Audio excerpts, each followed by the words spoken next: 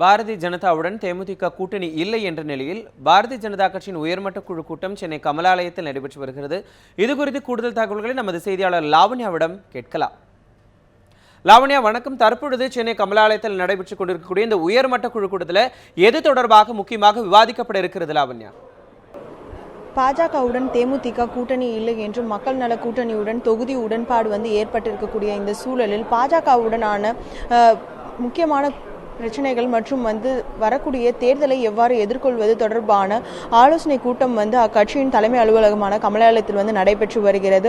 இக்கட்சியின் மைய குழுவில் இருக்கக்கூடிய பிரதிநிதிகள், அது மட்டுமில்லாது பாரதிய ஜனதாவுடைய அகில இந்திய அமைப்பு இணை செயலாளர் சந்தோஷ் தலைமையில் இந்த கூட்டம் தற்பொழுது நடைபெற்று வருகிறது. அது மட்டும் இல்லாமல் பாஜகவுடைய தமிழக பொறுப்பாளர் முரளிதர் ராவ் இந்த கூட்டத்தில் பங்கேற்றிருக்கிறார். இதில் குறிப்பாக பாஜகவுடைய வேட்பாளர்கள் தேர்வு தொடர்பான ஆலோசனை நடைபெறும் என்று எதிர்பார்க்கப்படுகிறது. ஏனென்றால் பாஜகவுடனான நேர்காணல், அதாவது வரக்கூடிய சட்டமன்ற தேர்தலில் விருப்ப மனு தாக்கல் செய்தவர்களுக்கான நேர்காணல் முடிவடைந்திருக்கிறது. அதில் கிட்டத்தட்ட 3000க்கும் அதிகமானோர் விருப்ப மனு தாக்கல் செய்து அவர்கள் நேர்காணல் பங்கேற்றிருந்தார்கள்.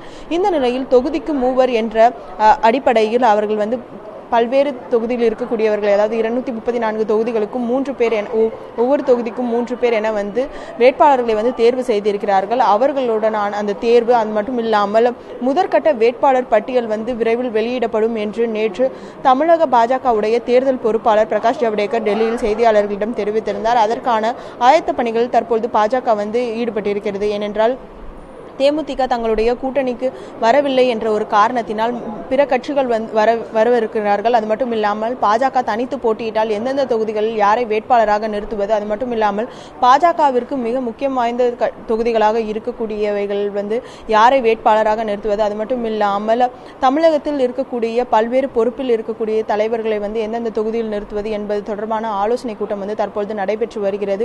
இதில் பாஜகவுடைய தமிழ் மாநில தலைவர் தமிழிசை சவுந்தரராஜன், அதே போன்று மத்திய அமைச்சர் பொன் ராதாகிருஷ்ணன், பாஜகவுடைய தேசிய செயற்குழு உறுப்பினர் இல கணேசன் உள்ளிட்டோர் இந்த கூட்டத்தில் பங்கேற்றிருக்கிறார்கள். மாலை 3 மணி அளவில் தொடங்கிய இந்த கூட்டம் தற்பொழுது வரை நடைபெற்று வருகிறது. மனோஜ், தற்பொழுது பார்த்தீங்கன்னா தமிழக அரசியல் களத்தில் பாஜகவோடு பிரதான கட்சிகள் தாங்கள் அந்த கட்சியோடு கூட்டணி வைக்கவில்லை அப்படிங்கிற ஒரு அறிவிப்பை வெளியிட்டிருக்காங்க. அதனைத் தொடர்ந்து மற்ற சில சிறு கட்சிகள் பாஜகவோடு ஒரு பேச்சுவார்த்தையில் ஈடுபட்டிருந்த செய்திகளை நாம் பின்னர் இந்த நாட்களில் நம்ம கேட்டுக்கிட்டு இருந்தோம். அந்த கட்சிகளுடனான அந்த தொகுதி பங்கீடு குறித்து இந்த உயர்மட்ட குழுவில் ஏதாவது விஷயங்கள் பேசப்படுமா லாவண்யா, பேசப்பட்டு கொண்டு இருக்கிறதா? குறிப்பாக பல்வேறு கட்சிகள் பாஜகவிற்கு ஆதரவு தெரிவித்திருந்தார்கள். குறிப்பாக பாஜகவுடனான தேமுதிக கூட்டணிக்கு வரும் என்று பல்வேறு கட்சிகள் காத்திருந்தார்கள். இந்த சூழலில் சமத்துவ மக்கள் கட்சி பாஜகவுடனான கூட்டணியில் ஈடுபடும் என்று எதிர்பார்க்கப்பட்டது. ஆனால் நேற்று அவர் அதிமுகவுடன் கூட்டணிக்கு செல்வதாக சமத்துவ மக்கள் கட்சியின் தலைவர் சரத்குமார் அறிவித்திருந்தார். இந்த நிலையில் இந்திய ஜனநாயக கட்சியுடைய தலைவர் பாரிவேந்தர் இன்று சற்று நேரத்தில் கமலாலயம் வருவதாக தகவல்கள் வெளியாகி இருக்கின்றன. எனவே இதனைத் தொடர்ந்து இந்திய ஜனநாயக கட்சியும் பாஜகவுடன் கூட்டணி வைப்பதற்கான வாய்ப்புகள் இருக்கிறது. அதே போன்று பல்வேறு சிறிய கட்சிகள், குறிப்பாக தென்னிந்திய ஃபார்வர்ட் பிளாக் உள்ளிட்ட சிறிய கட்சிகள் பாஜகவுடனான கூட்டணிக்காக பேச்சுவார்த்தை நடத்தி வருகிறார்கள். இந்த நிலையில் அவர்களுடனான தொகுதி பங்கீடு பேச்சுவார்த்தைகளும் நடைபெற இருக்கிறது. அதற்கு முன்னராக பாஜகவின் பிரதானமாக இருக்கக்கூடிய தொகுதிகள், அதே போன்று பாஜகவிற்கு வெற்றி வாய்ப்பு அதிகம் இருக்கக்கூடிய தொகுதிகள், அதே போன்று பாஜகவிற்கு வாக்கு சதவீதம் அதிகம் இருக்கக்கூடிய தொகுதிகள் தேர்வு செய்து அதற்கான வேட்பாளர் பட்டியலை தற்பொழுது முதற்கட்டமாக தயாரிக்கும் பணியில் பாஜகவுடைய மையக்குழு, மாநில மையக்குழு ஈடுபட்டிருக்கிறது. எனவே இதனைத் தொடர்ந்தே பல்வேறு கூட்டணி கட்சிகளுக்கும் அதே போன்று சிறிய அமைப்புகளுக்கும் தொகுதிகள், எந்தெந்த தொகுதிகள் வழங்க வேண்டும் என்பது தொடர்பான ஆலோசனை மேற்கொள்ளப்படும் என்று எதிர்பார்க்கப்படுகிறது.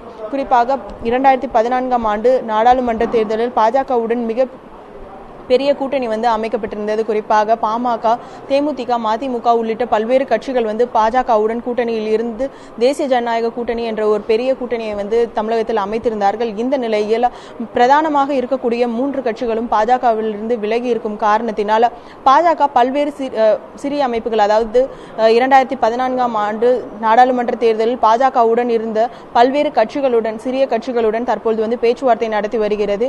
இந்த நிலையில் இவர்களுடனான பேச்சுவார்த்தை இறுதியான பிறகே கூட்டணி கட்சிகளுக்கான தொகுதி பங்கீடு தொடர்பான விவாதமும் ஆலோசனையும் நடைபெறும் என்று எதிர்பார்க்கப்படுகிறது. மனோஜ், பாஜகவை பொறுத்த வரைக்கும் அந்த கட்சியில் சார்பாக போட்டியிடக்கூடிய வேட்பாளர்களுடைய நேர்காணல் நிறைவடைந்திருக்கிறது.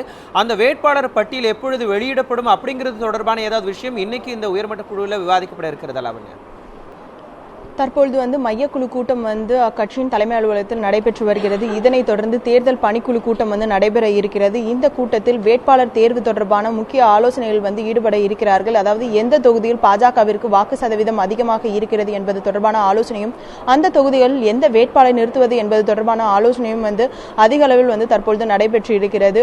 குறிப்பாக பாஜகவுடைய மாநில தலைவர் தமிழிசை சவுந்தரராஜன், அதே போன்று துணைத் தலைவர் வானதி சீனிவாசன், அது மட்டும் இல்லாமல் பாஜகவுடைய தேசிய செயலாளர் எச் ராஜா உள்ளிட்டோர் எந்தெந்த தொகுதிகளில் போட்டியிடுவார்கள் என்பது தொடர்பான ஆலோசனை நடைபெறுவதாக பல்வேறு கட்சி வட்டாரங்கள் தெரிவிக்கின்றன. குறிப்பாக பாஜகவுடைய மாநில தலைவர் தமிழிசை சவுந்தரராஜன் சென்னையில் இருக்கக்கூடிய வேளச்சேரி அல்லது விருகம்பாக்கம் தொகுதிகளில் போட்டியிடலாம் என்று எதிர்பார்ப்புகள் இருக்கின்றன. அது மட்டும் இல்லாமல் தமிழிசை சவுந்தரராஜனுடைய சொந்த ஊராக இருக்கக்கூடிய நாகர்கோவில் அவர் போட்டியிடுவதற்கான வாய்ப்புகளும் அதுக்கான விருப்ப மனுக்களும் அதிக அளவில் தாக்கல் செய்யப்பட்டிருந்தது.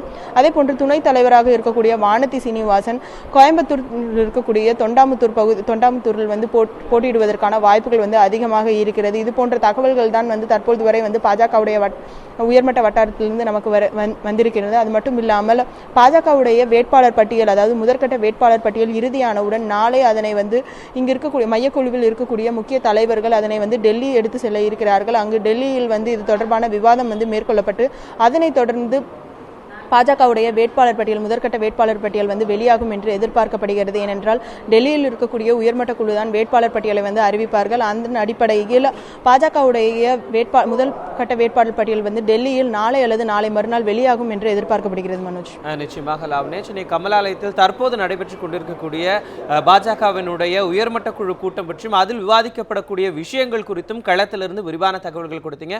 உங்களுடைய தகவல்களுக்கு நன்றி லாவண்யா.